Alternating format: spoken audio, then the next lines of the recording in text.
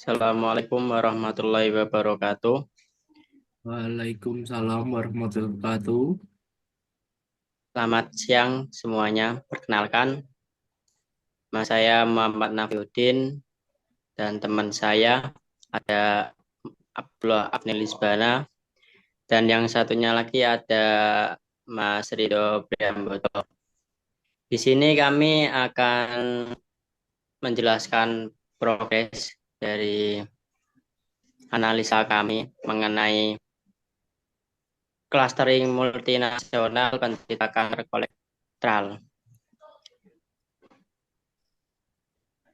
Pada tugas mata kuliah Big Data yang diampu oleh Bapak Pandu.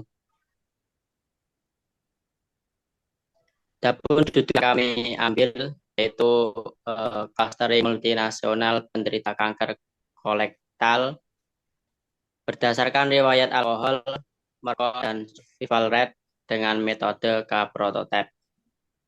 Adapun tujuan analisis yaitu bertujuan untuk mengelompokkan pasien penderita kanker kolektal dari berbagai negara berdasarkan 3 faktor utama. Yang pertama yaitu riwayat konsumsi alkohol, yang kedua kebiasaan merokok, dan survival rate. Karena kita menggunakan sifat murah dan numerik, maka menggunakan algoritma K-prototype sebagai metodologi yang yaitu yang pertama menginput data, itu dataset multinasional pasien kolektal dengan fitur seperti status konsumsi alkohol, yaitu dengan frekuensi, ada yang status merokok, frekuensi hari, dan yang terakhir ada survival rate, yaitu persentase kelangsungan hidup. Adapun tahapannya yang pertama, data dibersihkan dari outlier dan missing value. Yang kedua, dijalankan algoritma K-prototype untuk membentuk tick cluster. Yang ketiga, dilakukan visualisasi hasil clustering. Yang terakhir, dihitung nilai rata-rata atau min dan median untuk nilai tengah untuk setiap final masing-masing cluster. Mungkin untuk langkah selanjutnya itu progres dari pengolahan data dijelaskan oleh teman saya yaitu Sulafnil Lisbana. Baik, terima kasih Mas Nafi untuk penjelasan sebelumnya. Jadi, saya akan mengambil izin untuk membagikan screen layar saya. Oke, di sini yang paling pertama ialah yang akan saya buka itu adalah data yang kita dapatkan. Jadi kita dapatkan dari semua itu kita membubarkan beberapa kelas, ya begitu banyak. Dan di sini keseluruhan datanya itu berjumlah sekitar 1,16749. Nah, 67.000, berarti 100.000, 67.498 data dari keseluruhan karena kita mengambil data dari Kaggle. Nah, di dalam ya, karena kita mengambil metode K-prototype itu mengharuskan untuk kesemuanya yaitu berbentuk numerik. Sedangkan data yang kita dapatkan ialah berbentuk kategorial atau seperti sebuah kategori ya bisa dikatakan bukan angka yang termasuknya bukan numerik. Nah, maka dari itu saya di sini running menggunakan Python di dalam VS Code. Yang paling pertama yang saya lakukan ialah dengan mengimport pandas NumPy. Lalu untuk visualisasinya saya mengimport Matplotlib dan Seaborn. Di sini untuk mengecek yaitu apakah sudah terpasang. Jika memang sudah, nanti akan menghasilkan output di sini memang sudah dipasang karena memang sudah bisa saya running, mungkin sudah bisa. Lalu selanjutnya yang saya lakukan adalah dengan menganalisis dari data keseluruhan. Untuk menganalisis itu saya mengimport yang saya sudah masukkan. Lalu perintah pertama yang saya berikan ialah untuk baca dari CSV. CSV adalah dari data yang saya inputkan, data kanker dalam bentuk format CSV. Lalu saya memberikan perintah untuk pisah kolom numerik dan kategorial karena berbentuk campuran. ada yang berbentuk numerik, berbentuk angka, dan ada yang berbentuk huruf. Maka dari itu, label encoding untuk semua kolom kategorial. Itu untuk memilih semua data yang masih berbentuk kategori. Setelah itu, memastikan semua data numerik valid. Valid ialah memiliki arti keseluruhan data yang numerik itu tidak ada campur kategori. Jadi memang benar itu isinya numerik. Setelah itu menghapus baris dengan nilai NaN setelah konversi.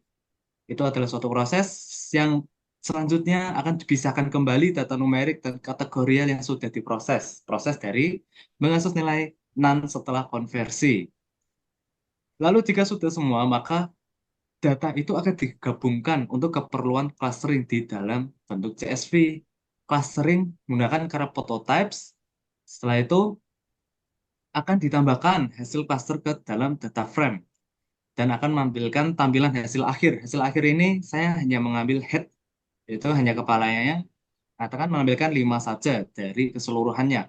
Lalu untuk terakhir itu, maka akan saya simpan dalam bentuk CSV data yang sudah dirubah dalam bentuk numerik secara keseluruhan. Dari data yang sebelumnya seperti ini, maka akan dirubah menjadi seperti ini. Jadi data semua akan berbentuk angka. Lalu tujuan dari angka ini agar bisa dibaca dalam sistem pemrograman untuk Python-nya sendiri. Karena data masih berjumlah sangat banyak, maka dari itu saya juga membuat rata-rata dari masing-masing kelas karena memiliki data yang banyak. Itu dengan format sama seperti sebelumnya, dengan membaca seluruh data, lalu melihat kolom yang tersedia, lalu dengan memasukkan grup di cluster min median. Itu untuk menghitung rata-rata median per cluster. Setelah itu, saya simpan dalam file Excel dan akan formatnya berubah lagi, akan menjadi seperti ini. Jadi dari masing-masing seperti country, age, gender, cancer stage, tumor size, itu akan diringkas sesuai. Ini karena dari Python ini kita hitung secara keseluruhan.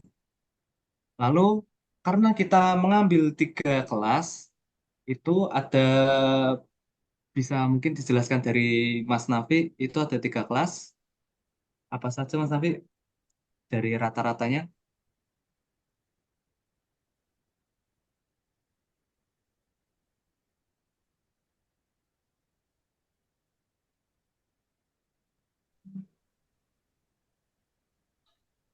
3 kelas tadi rata-ratanya.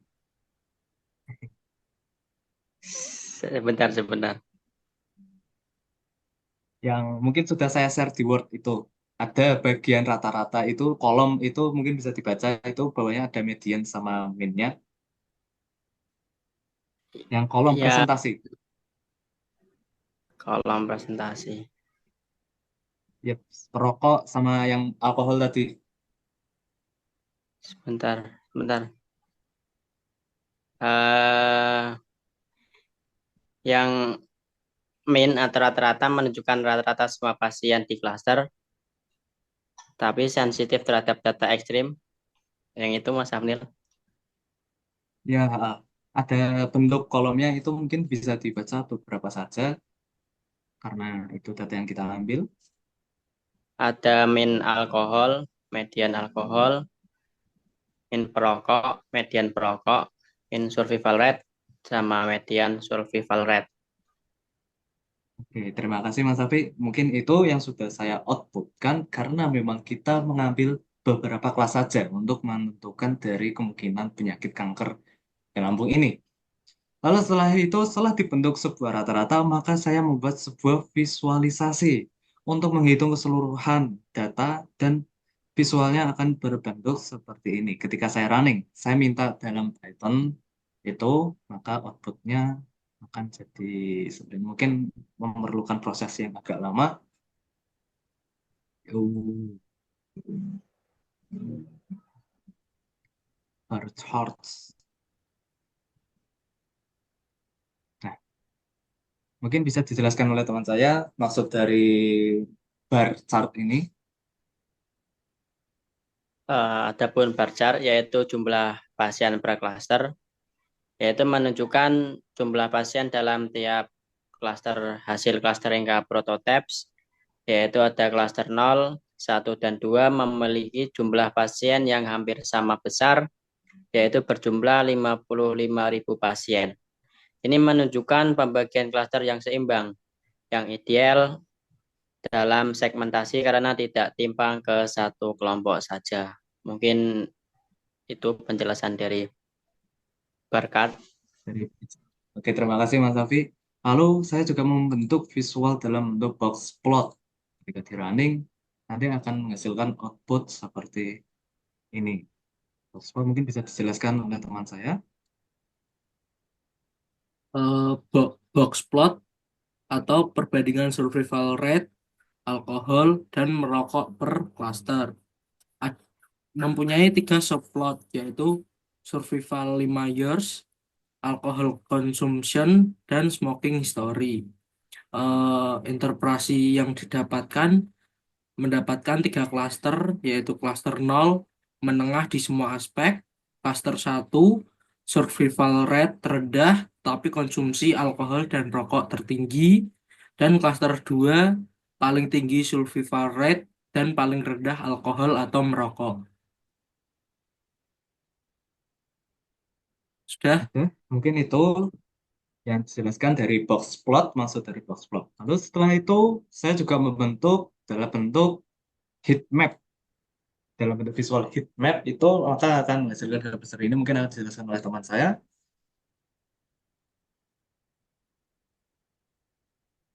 Heatmap, heatmap cluster memiliki 3 variabel, yaitu survival 5 tahun, alcohol consumption, dan smoking history.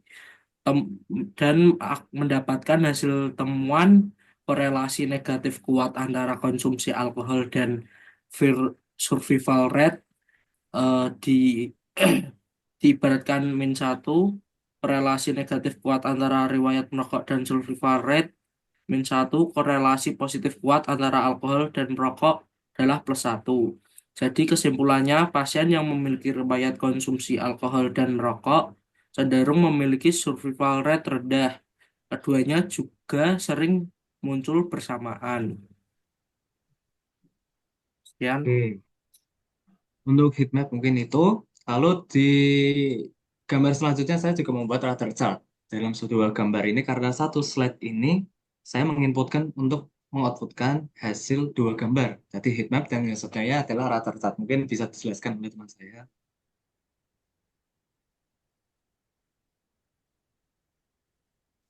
Radar card cluster yaitu memiliki 3 sumbu utama, yaitu alcohol consumption, smoking history atau riwayat rokok, terus survival 5 years atau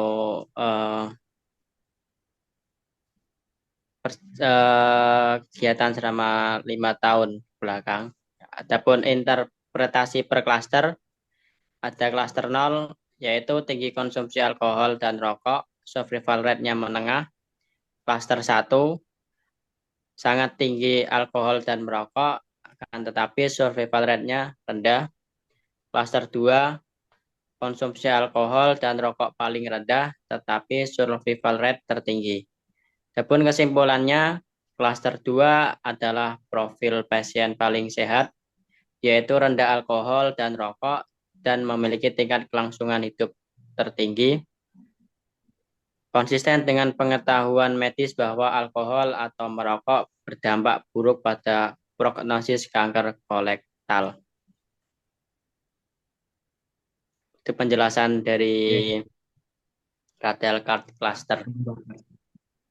Oke, terima kasih Mas Nafi. Dan yang terakhir itu di sini ada dalam visual sebentar, karena ini ada 3. PCI. Nah,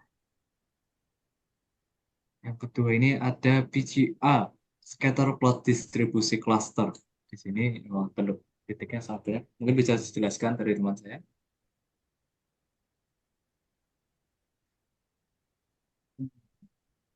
PCA scatter plot. PCA adalah prinsipal komponen analisis mereduksi dimensi menjadi 2D agar klaster bisa divisualisasikan. Warna menunjukkan klaster 0, 1, dan 2. Terlihat overlap antar klaster, tetapi juga ada pemisahan yang jelas pada pola-pola tertentu. Kesimpulannya, meskipun ada campuran data antar klaster karena data kategorikal campur numerki, visualisasi PCA membantu memahami bahwa prototipe mampu memisahkan kelompok dengan cukup baik. Oke, Sekian. mungkin terima kasih Mas Vito atas penjelasannya tadi. Itu kita memiliki 5 gambar visual yang kita outputkan dari satu data yang telah kita ambil. Tujuan kita mengambil data visual itu hanya untuk mendukung, untuk menemukan kesimpulan. Lalu untuk kesimpulan akhirnya nanti akan dibacakan oleh Mas Abdudin waktu dan saya persilahkan. Terima kasih Mas Afnil. Adapun kesimpulan analisis clustering pasien kanker kolektal yang pertama yaitu distribusi pasien dalam tiap cluster. Dataset dikelompokkan menjadi 3 klaster menggunakan algoritma K-prototypes. Adapun total data ada 165.000 pasien. Adapun distribusi tiap klaster 0 itu memiliki 55.063 pasien atau dalam bentuk persentase yaitu 33,37%. Klaster 0 memiliki data pasien 54.993 atau dalam bentuk persentase yaitu 33,33%. Klaster 2 memiliki data pasien ada 54.944 pasien dalam bentuk persentase ada 33,30%. Yang kedua, profil setiap klaster berdasarkan radar card. Klaster 0 yaitu gaya hidup sedang, yaitu untuk alkohol itu mendapatkan angka 0,51, itu termasuk menengah. Terus merokok memiliki angka 0,51, survival rate juga mendapatkan angka 0,51. Adapun interpretasinya, pasien dalam kelompok ini memiliki gaya hidup sedang dan peluang survival menengah. Klaster 1 yaitu gaya hidup tidak sehat yang mengkonsumsi alkohol itu mendapatkan angka 0,99 yaitu sangat tinggi. Untuk yang riwayat perokok mendapatkan angka 0,99 juga sangat tinggi. Yang terakhir survival itu mendapatkan angka 0,01 yaitu sangat rendah. Adapun interpretasinya, kelompok ini menunjukkan pola gaya hidup sangat tidak sehat dan tingkat survival yang sangat rendah. Yang terakhir klaster 2 yaitu gaya hidup sehat. Untuk yang mengkonsumsi alkohol itu mendapatkan nilai angka 0 yaitu tidak mengkonsumsi alkohol. Yang kedua riwayat merokoknya juga mendapatkan angka 0, tidak merokok. Yang survival rate mendapatkan angka yang sangat tinggi yaitu 0,99. Adapun interpretasinya, pasien dengan gaya hidup sehat memiliki tingkat survival yang sangat tinggi. Yang ketiga, korelasi antar variabel atau heat map. Alkohol dengan merokok itu mendapatkan angka +1 yaitu positif sangat kuat. Yang kedua, alkohol dengan survival mendapatkan angka -1 negatif sangat kuat. Yang ketiga, merokok dengan survival mendapatkan angka -1 negatif sangat kuat. Berkesimpulan dari korelasi antar variabel atau heat map yaitu pasien yang merokok dan mengkonsumsi alkohol cenderung memiliki tingkat survival yang jauh lebih rendah. Yang kedua, gaya hidup menjadi faktor utama dalam menentukan outcome klinis. Yang keempat, kesimpulan yang keempat yaitu distribusi variabel tiap klaster atau box plot.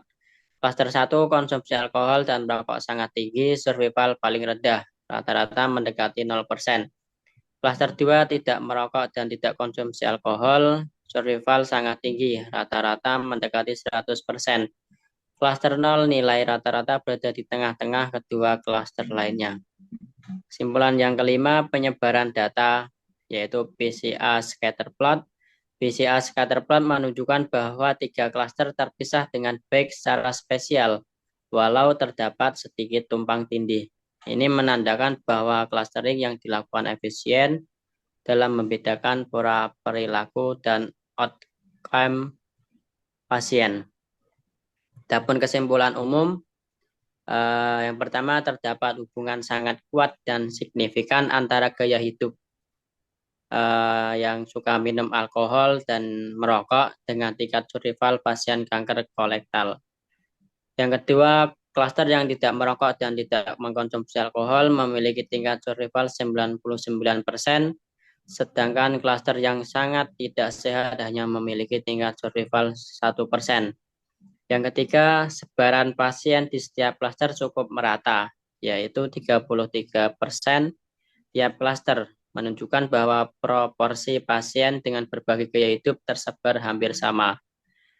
Yang terakhir, temuan ini penting, simpulan ini mendorong intervensi perubahan gaya hidup dalam penanganan kanker menjadi dasar edukasi pasien dan masyarakat dalam pencegahan penyakit kronis. Itu kesimpulan yang dapat saya sampaikan. Mungkin dari teman-teman apakah ada penambahan dari Saudara Zulafnil? Menurut saya mungkin cukup sesuai dengan saya jelaskan tadi. Terima kasih Mas Taufik. Untuk Saudara Ridho Priambodo, apakah ada penambahan? Tidak ada Mas Nafi, terima kasih. Mungkin itu yang dapat kami sampaikan untuk progres dari mata kuliah Big Data. Kurang lebihnya mohon maaf saya sampaikan. Assalamualaikum warahmatullahi wabarakatuh. Waalaikumsalam warahmatullahi wabarakatuh. Terima kasih.